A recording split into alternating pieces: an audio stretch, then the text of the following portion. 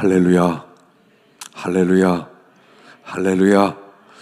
우리 한 세 번씩은 할렐루야가 얼마나 좋아요. 하나님을 찬양할지어다. 그러니까 할렐루야 하면 아멘 하고요. 또 우리가 선포하면서 세상을 향해 호령하고 나갈 수 있기를 간절히 바랍니다. 자, 오늘 여기 본문에 보면, 자, 이 말씀은 유명한 어거스틴을 변화시킨 말씀이죠.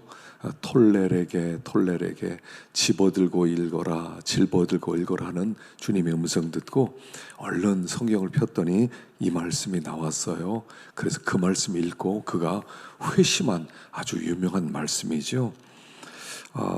여기 보면 8절에 사랑의 빛 외에는 아무에게도 아무 빛도 지지 말라 이렇게 나왔어요.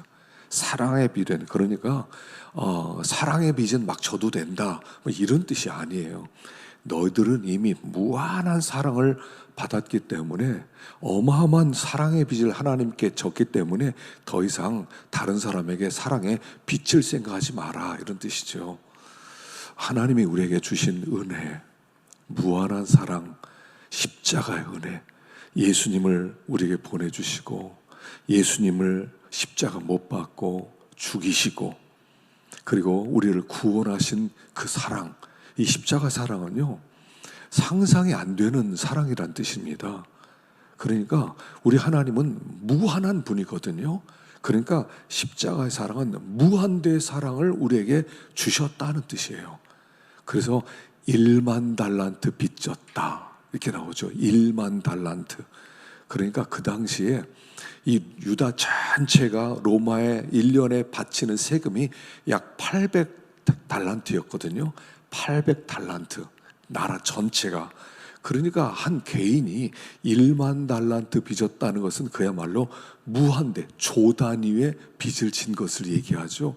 갚을 수 없는 빚이란 뜻입니다. 우리는 하나님의 어마어마한 빚을 졌어요.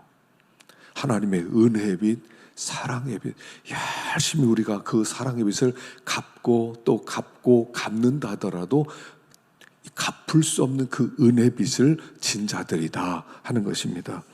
그렇기 때문에 우리들에게 이제 너희들은 이 사랑의 빚을 갚으면서 살아가라. 갚으면서 살아라. 그러니까 남은 생애는 뭐냐면 빚쟁이의 삶이라는 거예요. 빚쟁이의 삶.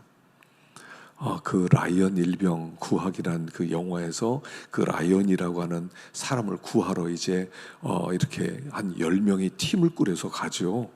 이 라이언 일병은 형제가 4명이 2차 세계대전에 참여했는데 3명이 죽고 막내 하나가 남았어요. 그러니까 이 군 참모총장이 그래도 하나는 살려야 되지 않겠느냐. 그래서 그를 이제 구출하러 가는 거거든요. 근데 갔는데 라이언 일병이 못 간다는 거예요.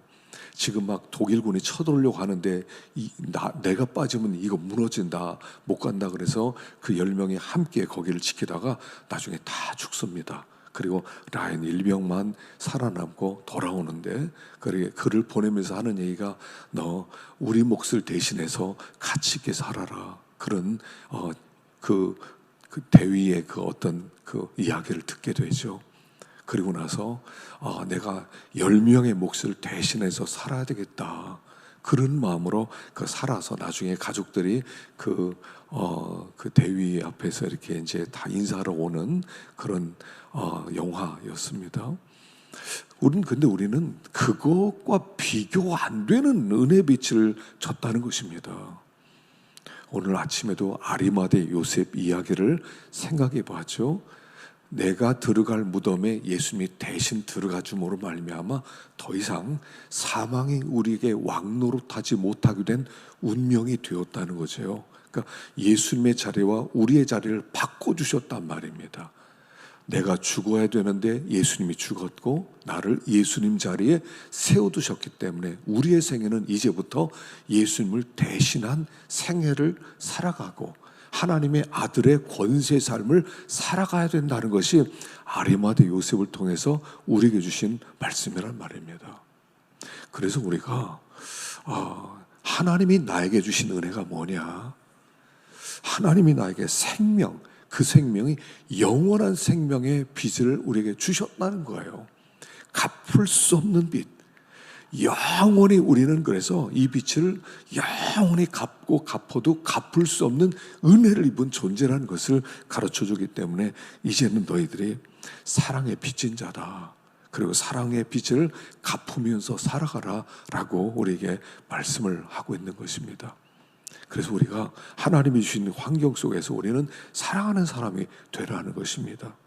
두 번째로 여기 11절에 보면 너희가 이 시기를 알거니와 자다가 깰 때가 벌써 되었다.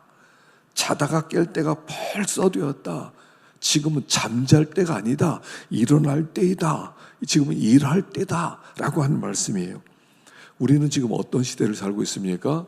예수님이 오셔서 이미 우리를 구원하시고 다시 오실 아직, 이미와 아직 사이에 있는 존재들이에요. 이미 말세는 시작되었어요. 예수님이 이 땅에 오실 때부터 말세거든요. 그러니까 세상 말세야 하는 그런 말이 아니에요. 이미 말세가 시작된 지 2000년이 되었다는 얘기예요. 2000년 전에 말세가 시작되어서 이제 계속되는 말세 속에 주님은 다시 오실 그 사이에 있는 존재이기 때문에 지금은 뭐 해야 되느냐? 깨어 있어야 될 때다. 조금 여유 좀 부리고 좀 시간도 좀 있고 그러니까 조금 좀 놀고 이럴 때가 아니라 언제 주님이 오시더라도 전혀 이상하지 않은 때, 주님이 오신다 그랬는데 이제는 뭐 한 100년쯤 남았을까? 한 200년쯤 남았을까? 이런 게 아니라 지금 바로더라도 이상할 것이 없는 때, 지금 복음이 온 땅까지 선포됐어요. 이 복음 안 들어간 나라가 없어요. 아직 성경이 번역되지 않은 부족들은 좀 있지만 그러나 각 나라마다 선교사님들이 다 들어갔고 복음이 땅끝까지 선포되었어요. 그리고 성경에 나온 모든 일들이 다 성취됐어요. 그렇기 때문에 주님이 지금 오시더라도 이상하지 않은 때 문 밖에 서 계시니라요. 문 밖에서 심판주가 문 밖에서 너희들이 서로 원망하지 마라. 그리하여 심판을 면하리라. 심판주가 문 밖에 서 계시니라. 그 지금은 뭐 할 때다? 깨어 있어야 될 때다. 지금은 기도해야 될 때다. 지금 주님 맞을 준비해야 될 때다 라고 얘기하는 말씀을 하는 겁니다. 조금 여유 좀 부리고 조금 이제 딴짓 좀 하고, 우리가 딴짓을 얼마나 잘합니까? 딴짓 조금 하고 그럴 틈이 없다는 거예요. 주님이 오늘 밤에도 오실 수 있고 내일도 오실 수 있고, 그렇기 때문에 덫고 하지, 뜻밖의 그날이 덫고 하지. 여러분이 덫이라고 하는 것이요, 짐승들이 막 가다가 어느 날 철컹하죠. 예전에 뭐 그런 이야기 있지 않습니까? 전방에서 이렇게 근무하던 병사들이 이렇게 이제 지피 안으로 들어가서 그 비무장지대 안을 순찰을 합니다. 그런데 가는 길만 가야 돼요. 왜냐하면 거기는 지뢰들이 매설되어 있으니까. 그러니까 가끔씩 근데 어떤 병사가 오줌 말 없다고 잠깐 그 길에서 저쪽 가서 오줌 누는다고 해서 오줌 누러 갔다가 거기서 지뢰가 터져서 뭐 발목을 잃기도 하고 죽기도 하는 얘가 비일비재했다는 거예요. 잠깐 아이 괜찮겠지, 늘 가던 그 길에 지뢰가 없으니까 살짝 옆에 가서 오줌 좀 넣으면 되겠지. 그리고 나서 멀리 가지도 않았다는 거예요. 한 5발자국 가서 오줌 넣는데 거기서 터지는 거예요. 덫고 하지, 너에게 이 말이라. 여러분, 그날이 덫고 하지. 그래서 항상 깨어있지 않으면, 이 말세에 깨어있지 않으면 덫고 하지, 그날이 철컹하는데 아차. 여러분, 이 아차, 예전에 우리는 도둑을 많이 맞았어요. 교회 옆에 집이 있었는데 얼마나 허름했는지. 그러니까 길 바로 옆에 그냥 조그만 집을 하나 줬는데 사람 오가면서 이렇게 들어올 수 있는 그런 집이었거든요. 그러니까 수요일 날 같은데 예배를 드리러 가면 어느 날 와보면 도둑이 들었어요. 문 활짝 열려 있고 이불 다 내리고 서랍 다 나와 있고 뭐 시계가 엎어져 있고 그랬어요. 그럼 그날 무서워서 잠을 못 자는 거예요, 어릴 때.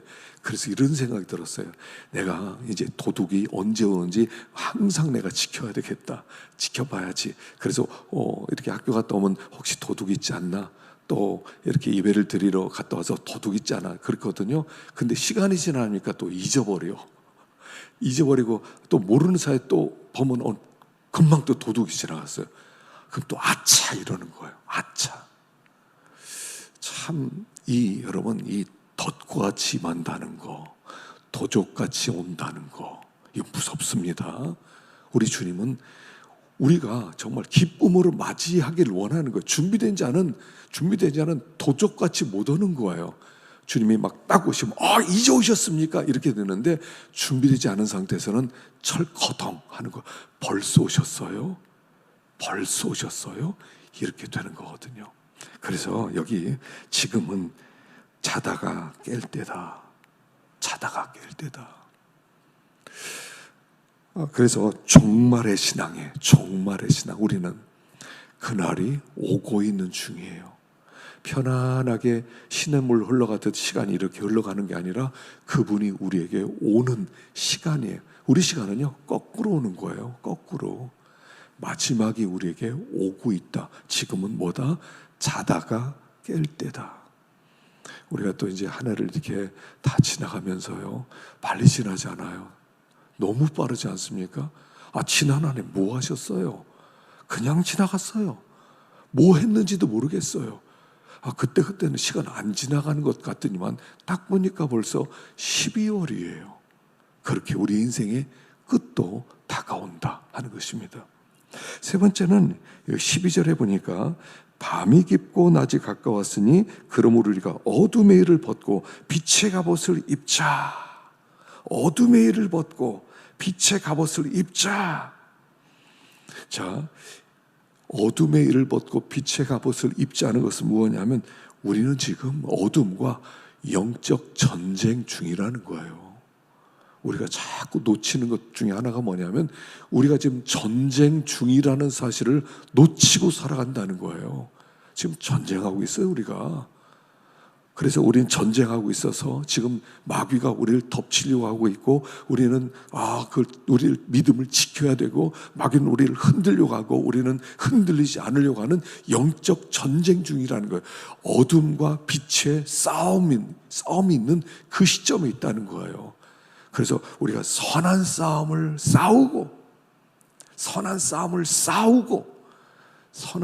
싸우는 시점이라는 것을 알라는 거예요.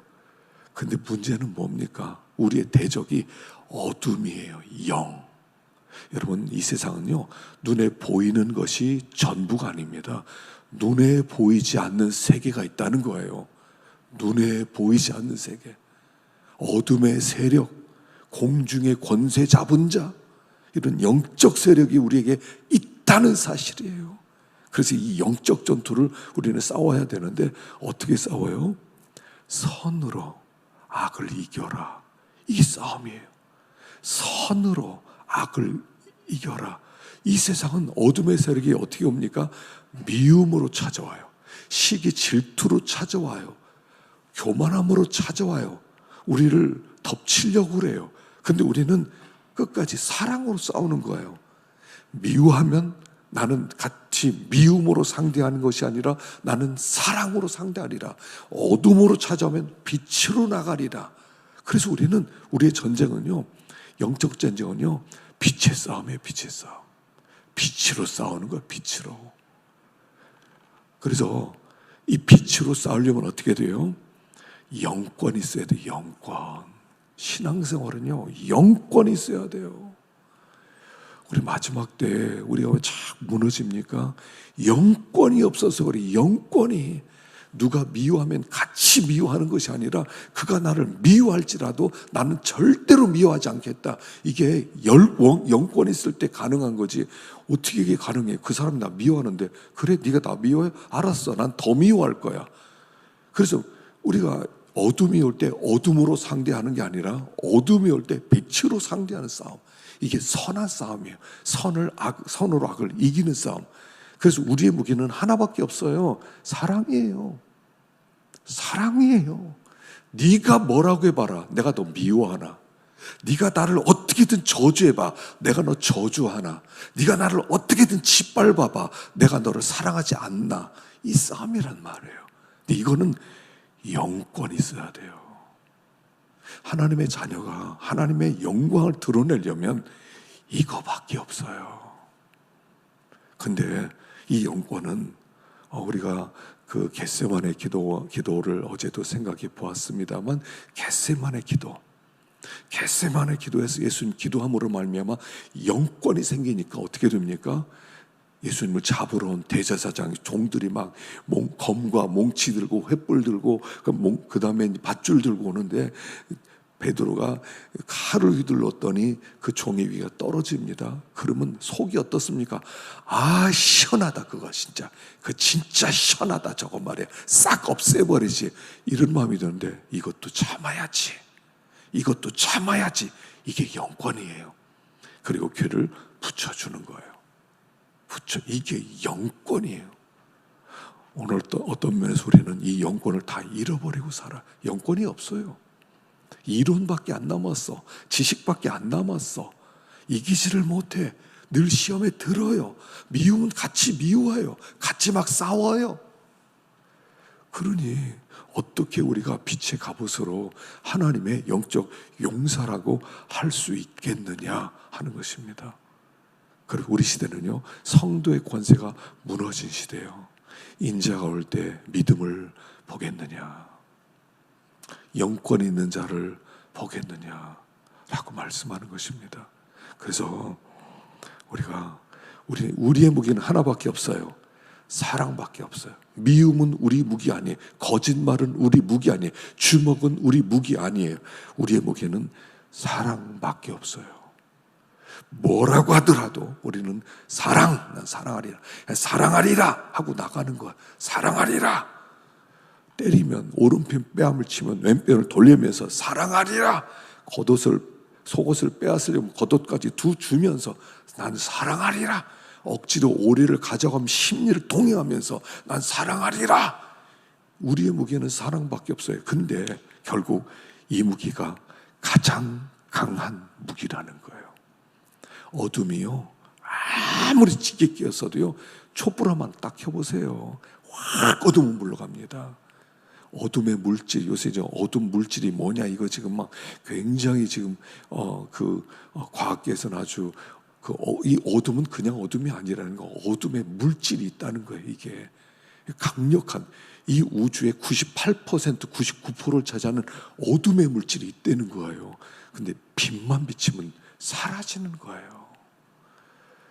빛보다 강한 것은 없어요. 사랑보다 강한 게 없어요. 하나님의 가장 강력한 무기는 사랑이에요. 사랑으로 우리를 정복하시는 거예요. 그래서 세상이 어떠하더라도 난 사랑밖에 없다.